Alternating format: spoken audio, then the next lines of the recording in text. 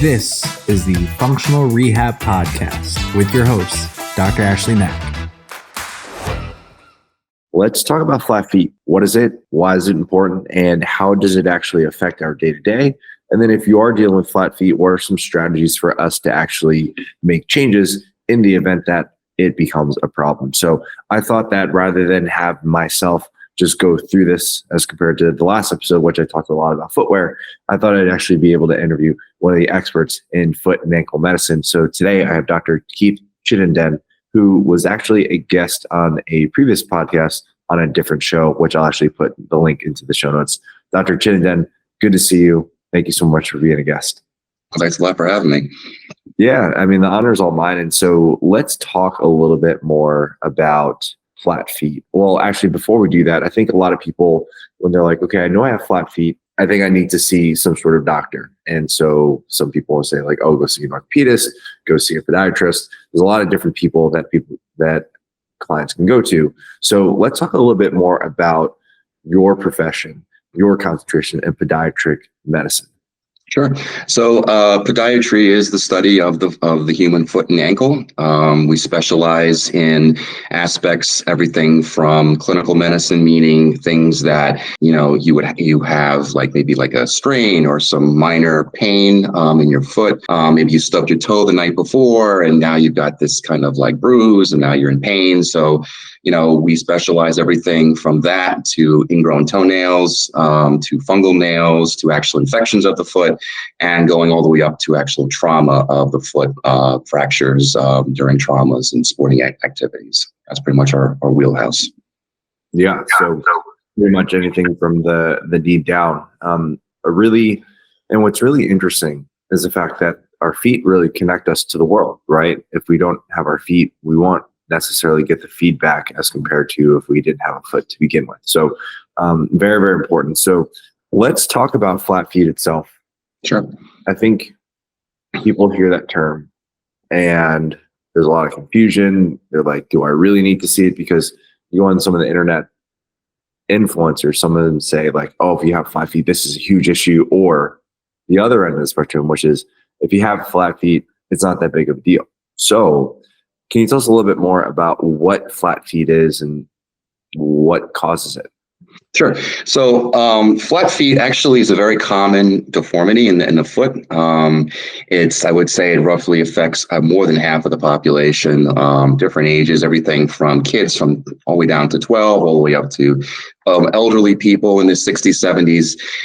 It is something that happens over time. So, when we're grown, we're babies and we start walking around, the foot itself, it develops into a pivot point on the floor, which actually grows when you grow, as you start walking more, as you start, being more upright on your 2 feet instead of being on our forearms.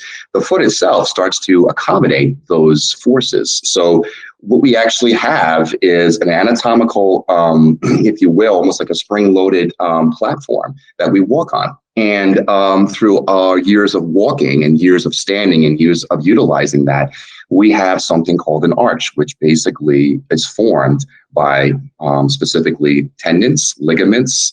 The actual joints of the foot itself actually help formulate this. One very important muscle that actually helps kind of support the arch is called the posterior tibialis muscle. And that's actually found in the back of your leg, and it actually comes down into the foot and actually attaches into some of those bones and helps really kind of hold that arch up. So as we walk, the arch, basically the job of the arch is to basically attenuate forces. It's kind of like a spring loader. So we hit the ground and our foot spreads out, attenuates the forces, accommodates the ground, and then helps us push off to the next step. So it's a very important part of the foot. And over time, as we get older, as our joints start to get a little bit more tighter, as our muscles get tighter, the joints become more closed, and some of us gain some weight, that arch tends to flatten out. When that flattens out, those ligaments I was talking about and those tendons actually stretch out, and they're kind of held in that stretched out position for a long time. As a result, the arch starts to drop. And when that drops, you can see the foot itself literally so it's like synonymous with the ground. When you actually look at a flat foot, it's like it's completely parallel to the ground. There is absolutely no contours anymore. So when that happens, it might not be painful right away, but as I said, you get older and, you are involved in sports. If you're an athlete, you need that spring-loaded arch to be able to move, to be able to play, to be able to do your sport, but also to be able to go throughout your day, your occupation, so forth and so on. So without that spring-loaded kind of lever, it becomes an issue later on. Things start to manifest, such as a bunion, such as hammer toes, foot pain. Plantar fasciitis is another very common ailment that does come from the lack of that arch in the foot. So again, it's a very important thing. A lot of people may not think it's important at first, but as you're going through life, it becomes much more important.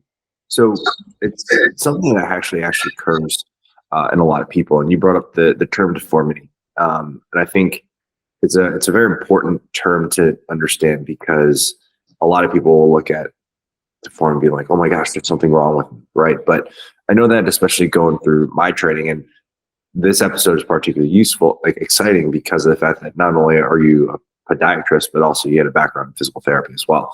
And so, I appreciate that, being able to combine both your medicine and your physical therapy minds together. So let's talk about the causes of deformity, because I think a lot of people, they're looking at it, it's like, oh my gosh, there's something wrong with me. But I know that across my studies and my understanding of the feet specifically, we have both a flexible deformity and an inflexible deformity, right? So can you tell us a little bit more about that?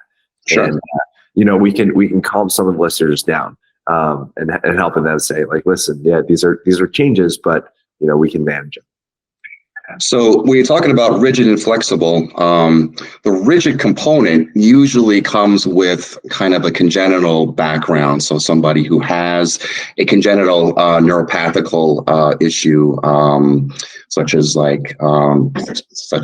Charcot foot is an example, or a person with a lower motor neuron disorder, such as a muscle dystrophy or something like that.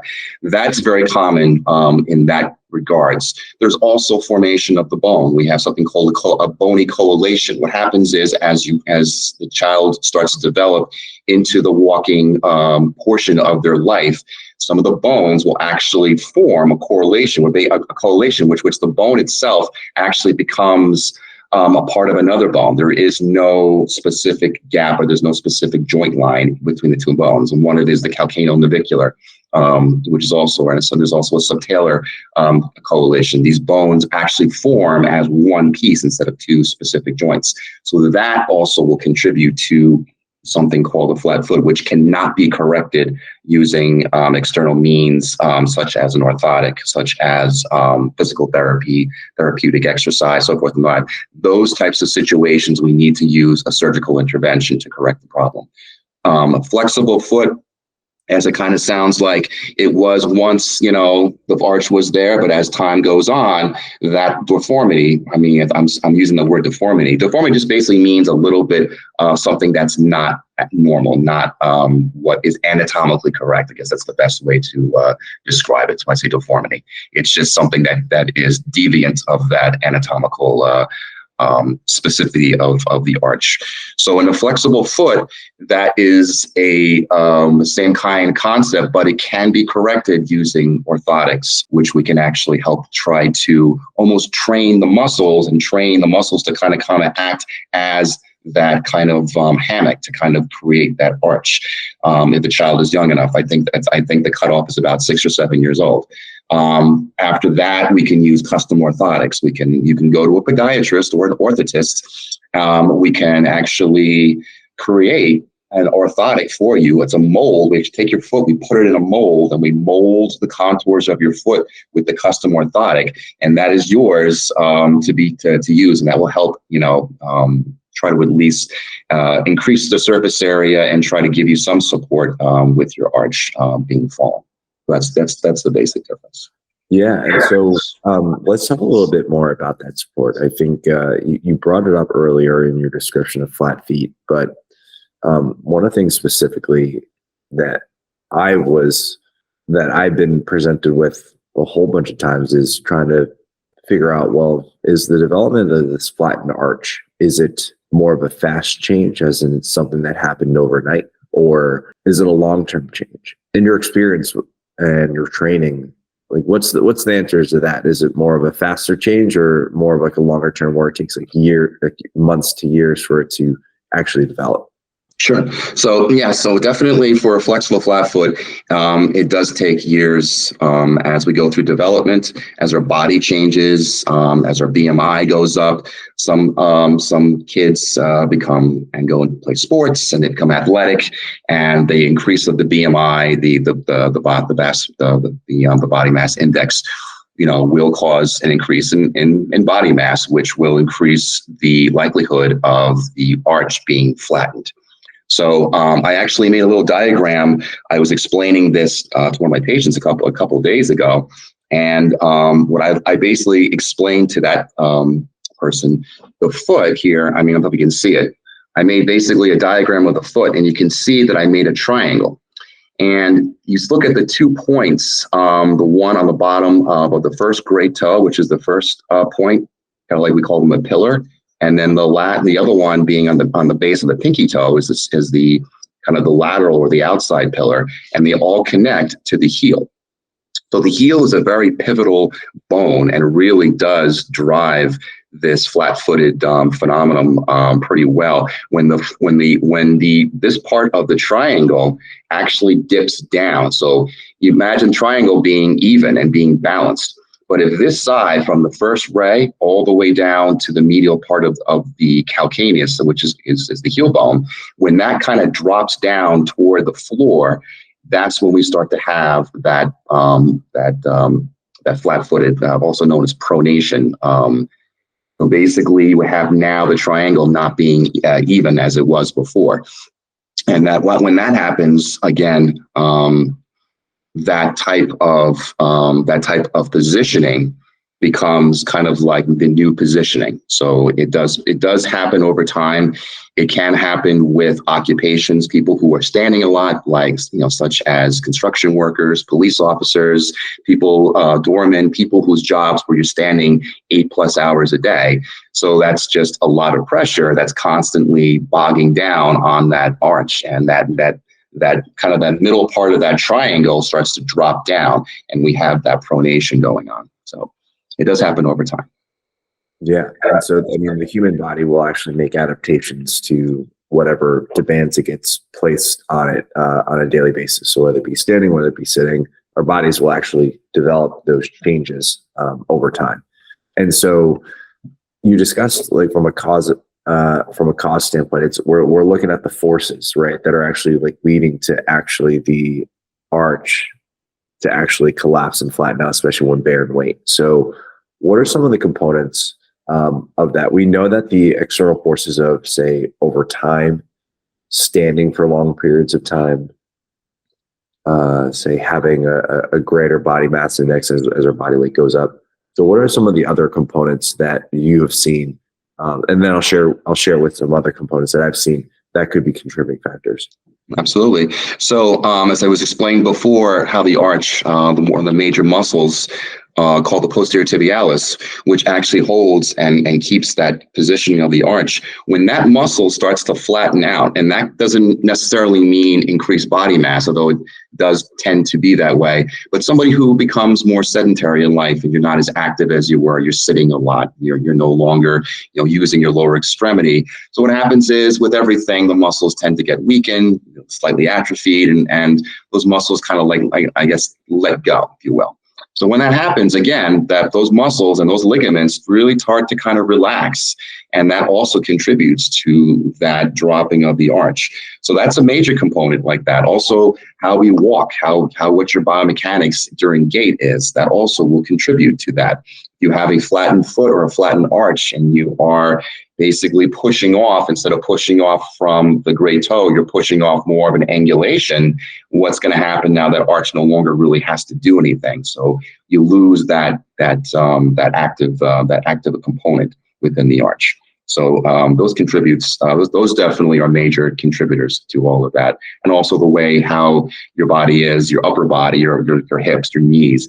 Do you have flexibility? Are are those muscles tight? So if you do have muscles in the legs and the thighs and the knees that are super tight on the laterally outside part, it's going to contribute to that, because what happens is, not to get too technical, but the lower extremity, called the kinetic chain, I'm sure you probably talked about that a lot. When that becomes dysfunctional, or the outside part of the muscles, the lateral gastrocnemius, the IT band becomes tight, everything kind of tends to collapse inward. We have that kind of internal rotation at the femur, at the tibia, and that also will contribute to the arch dropping, because as you get into, and now the natural stance being more pronated versus a little bit on the neutral side. Yeah, you bring up a really great point, because a lot of folks who are dealing with or people who are dealing with, say, hip or knee issues, especially when it comes to the valgus collapse, the knees coming in, IT band syndrome, hip pain, really more so hip pain as in outside of the butt area. They're often presenting with, say, flattened feet. And I'll say that some clinicians I work with or speak with, and a lot of my colleagues are going to say, well, it's the hips that are the issue. And then the other half of the clinicians I work with are saying, no, it's the feet. And so when presented with that type of scenario, what is the best way for us, the community, the people who are dealing with flat feet? What should we do? Should we just focus on the hips? Should we just focus on the feet? Or is it an opportunity for us to actually focus on both at the same time? Absolutely. So the feet are connected to the lower extremity. It is a component of the lower extremity. So to say, let's just focus on the feet and just ignore everything else, that doesn't make too much sense. We know that through the study of biomechanics, that especially in the lower extremity, there's such an interdependency with each joint. The hip connected to the knee, connected to the ankle, connected to the foot, and so forth and so on. All those muscles span those joints, and all of those muscles, when you're walking, when you're climbing, whatever activity you're doing, they will contribute to, their specific function at that joint, but it also contributes to the entire lower extremity. So to say that, yes, we have flat feet, yes, that's something we need to address. However, as clinicians, both as a physical therapist, as a podiatrist, we're also thinking about the roots of these problems. We know that the feet basically are the first things that hit the ground. There are podiatrists who do believe in what they call a feet first or feet up perspective, where they believe that when the foot hits the ground, that itself, the positioning of the foot, will dictate the positioning of the knees, the hips, and so forth and so on up the chain. And that's a very reasonable perspective in theory. There is also the other theory of the core being the contributing factor to how your body moves in space. And when your core activates, it basically will position the foot to hit the ground at a specific time. Again, great theory, great perspective. And I think they're both right. There's really not one that's right, one that's wrong. They're both right. They're both looking at, this mechanical system, which is very complicated, in a different way. So in my perspective, I would say that you can do both. You can definitely work on hip flexibility. You can work on knee flexibility. You can work on the strengthening of the medial portions of the lower extremity, your VMO, which is usually weak, your anterior and your posterior tibialis muscle, as I described before. The posterior tibialis muscle being super important for the arch. In the upper leg, we can do therapeutic exercises to improve the strength, and we can stretch those muscles, and we can basically put a nice custom orthotic into the shoe to help support that arch and work on mechanics so that we can basically reinforce that good positioning when we walk.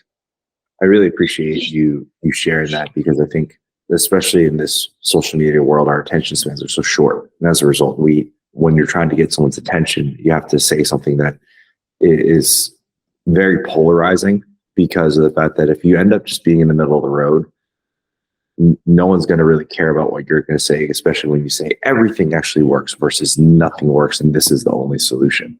So let's talk a little bit more about management. And you already talked about some really good key solutions, posterior tibialis strengthening, hip flexibility, knee strength, and a lot of it is control. I think another big thing that you have highlighted specifically, which I'm a huge fan of, is actually how you do things, how you go about walking, how you go about standing. When it comes to actually managing something like this, you actually said something maybe about a minute and a half ago, where it was actually trying to identify the source of the problem to begin with. So one of the things that frustrates me as a clinician, hearing other, say, patients and clients go through, all right, well, this person gave, like I said, I had flat feet, so they gave me these 30 different exercises. And what's interesting is that 30 of those exercises, a lot of them actually conflict with each other. And what ends up happening is the fact that these clients are in rehab for a long period of time with not that much improvement, because one, they were probably at a point where that clinician didn't necessarily say, okay, this is going to be the source of your pain. So walk us through what that process is like when trying to identify, well, why are we experiencing an issue in this specific area? How can we tell that the posterior tibialis is actually truly in fact weak? How can we tell that actually it's our hip that's actually causing the issue? Or how can we tell that it's how we're walking, how we're standing is a contributing factor of a condition, like a scenario like this? Sure. So as I said before, everything works together in a system. So again, I mean, we can isolate, as podiatrists, we isolate the problem at the foot, at the ankle, and that's our main focus.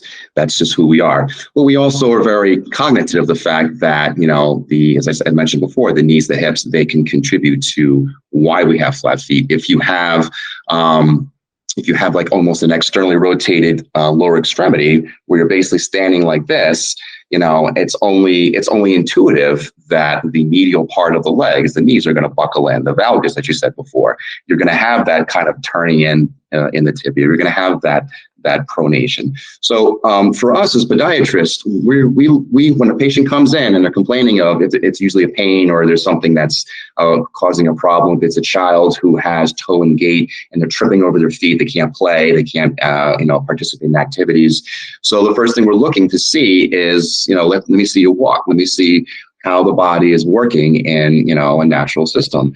And we're taking a look at some of the checkpoints within the foot. When the foot hits the ground, is the heel hitting the ground in a neutral position, or is it slightly turned in, what we call a everted calcaneal position? This is going to set up the track for the next stage, would be the foot flat in mid stance. Where is that part of that triangle? As I showed before, how is that triangle situated in the foot? Is it dipping in like that immediately? Then we're thinking, okay, this is a pronated foot.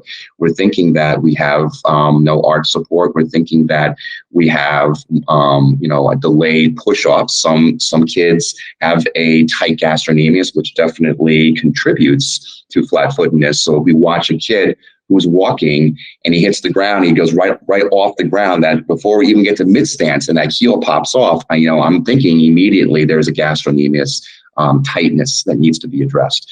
So that will also lead me to believe, let me take a look at the knees, what the position of the knees. When the person's walking toward me, are the patellas facing me, or are they slightly turned out? Is the pelvis in an anterior or posterior tilt? That I basically tell by kind of taking a step and looking at them going up and down sideways. I'm looking at the position of the hip. Is it anteriorly rotated? Is it posteriorly rotated? Is the lumbar spine in a very high lordosis, causing that anterior pelvic tilt, causing that internal rotation at the knee, causing the feet to start to collapse in? So all of these components, we're all being consciously taking inventory as the person's walking. We're going in through our mind each checkpoint, each positioning of the actual lower extremity. So as a podiatrist, we can address the lower part of the kinetic chain, which is the feet, by inserting a custom foot orthotic. We can do some modalities. We can actually offer stretching. I actually, as a physical therapist, and with my training, I have some manual therapy training. We'll work on some of those intrinsic muscles. I'll start going into the deep adductor hallucis muscles within the foot and really try to open up and get the joints of the toes to move a little bit, specifically in the first ray, because I know that medial part of the foot, we call the medial longitudinal arch, is really down and there's probably some sort of contracture or some sort of joint, or the joint itself is not moving very well. So I'm doing some joint play to make sure I can kind of get more range of motion in the first ray. So when they push off, they get that range of motion. And a custom orthotic will do that. The working of the joints will do that. The intrinsic exercise program I give them, or I send them to a physical therapist like you that will take over that management and put together a comprehensive, focused intrinsic muscle within the foot, ankle, or extremity program so that they can at least contribute and they can help try to eliminate those positions. So, there's a lot of things we can offer that we do. Definitely stretching the gastrocnemius. That's a huge contributor. A lot of people with flat foot, first thing I check is the range of motion of the ankle. How much dorsiflexion can I get when I push on that foot? Sometimes I just get maybe 1 or 2 degrees. So that's a big contributing factor. We call that the equinus factor, which basically the gastrocnemius is causing or contributing the factor to that flat-footedness. So a lot of things we can do. And again, for us, the focus of foot and ankle, but we always know, as we're also doctors at the end of the day. So we have to look at everything. It's not just the foot and ankle. Yeah, I really appreciate that. I thank you so much for sharing with us the actual process of how you get some of this information, because you probably get this all the time, but I know that people, especially as a physician, what's interesting is the fact that you might only have maybe 15 to 30 minutes to see a patient just because of the high patient volumes. And, lucky for me, the way that I get to interact with my patients, I get to see them, say, once every 45 minutes to an hour. And so I have the opportunity to take a little bit more time. I also see them a little bit more frequently. And so when I'm working with patients and clients who are dealing with, say, something like flat feet or whatever condition, what I'm really looking at is trying to identify, well, one, is it an actual flexibility and strength issue? Or is it the fact that what they're doing is not the most efficient for them, right? So it's always trying to find that balance between, how are they doing these things, or are they lacking the components that are necessary to be able to do things correctly? And I think what happens when you are seeing too many patients, or I'm just going to say, Dr. Chittenden, the way that you see the foot and the ankle, it's a very special thing, because of the fact that you probably come across, even on the internet, they're stay with this or stay with this. It's very dogmatic, very focused on one specific principle and not necessarily branching out. And so it's exciting to see and hear that you're sharing this with the other patients. So, in regards to that, right, let's talk about, you see it all the time. Not every person who has flat feet, even when they're old, have issues. So is the concept of flat feet, is it something that needs to be addressed?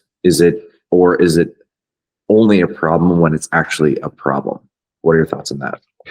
So I always kind of go back to the old statement, if it ain't broke, don't fix it, kind of thing. So as I said before, flat feet is actually a very common thing in our population. I mean, not only are we standing and walking constantly, but we're very mobile people, not only here in the United States, but, globally.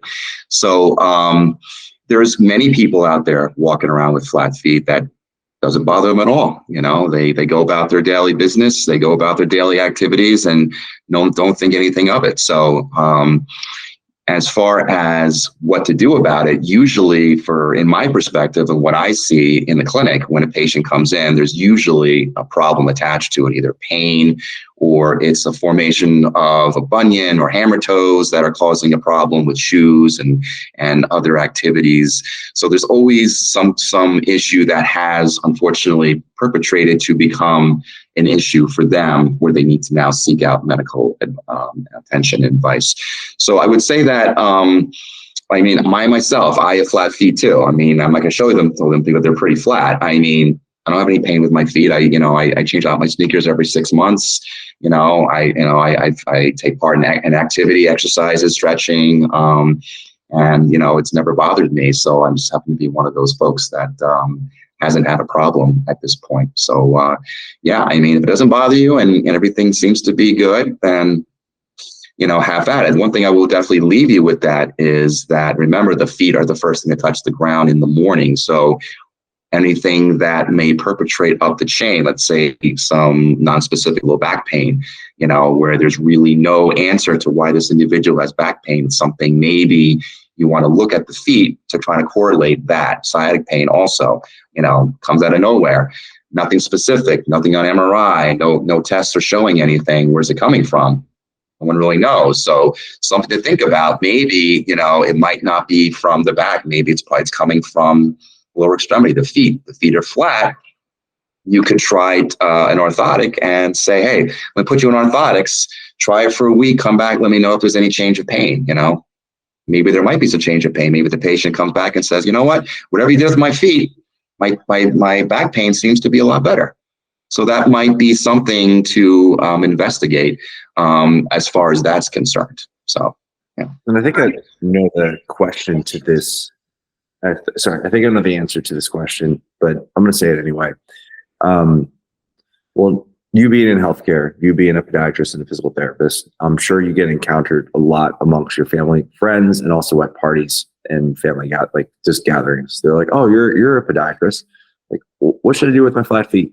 So, right here we are at a party. We have a minute, right?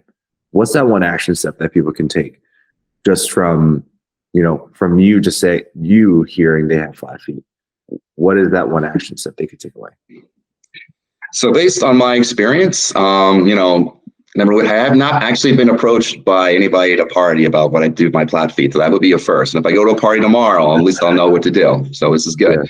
Yeah. So I would say in that 30-second flash of the person asking me, the first thing that would come to mind would be stretch your calves.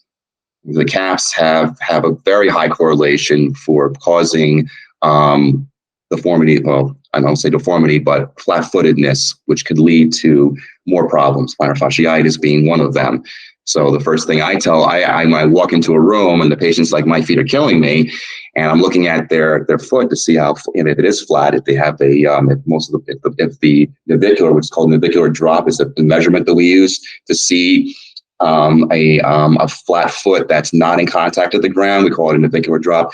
So the first thing I ask them is, have you stretched your calves? And they look at me like, no, why would I do that? So, well, let me explain. And anatomically speaking, after I explain to the patient the direct correlation between the calf muscle and the foot, they get it. And that's the first thing they do. And I've had people come back even before I even ordered the orthotics, come back to me in a couple of weeks and say, hey, doc, you know what? You're right. I mean, I did exactly what you told me. I stretched my calves 3 times a day. I ice them when they hurt and things are so much better. So I will say that is probably the, golden ticket of anybody asking you, what should I do? What's the go-to? Stretch the calves. I love that. Really, really beneficial. And I remember, coming across that in my studies, especially with the feet. Would you be interested in hearing what my go-to is? Absolutely. I haven't been asked this yet. Actually, no, I have. I've been asked this at a family barbecue, actually. And so my strategy is, I would tell people, shift the weight to the outer edges of your feet, actually. So what I'll do is I'll say, okay, well, I'll have you point your toes. We'll say the first net. I'll have them point straight forward, say both at 12 o'clock. From there, you shift the weight onto the outer edges of your feet just a little gently while still keeping the ball of your foot and your big toe on the ground.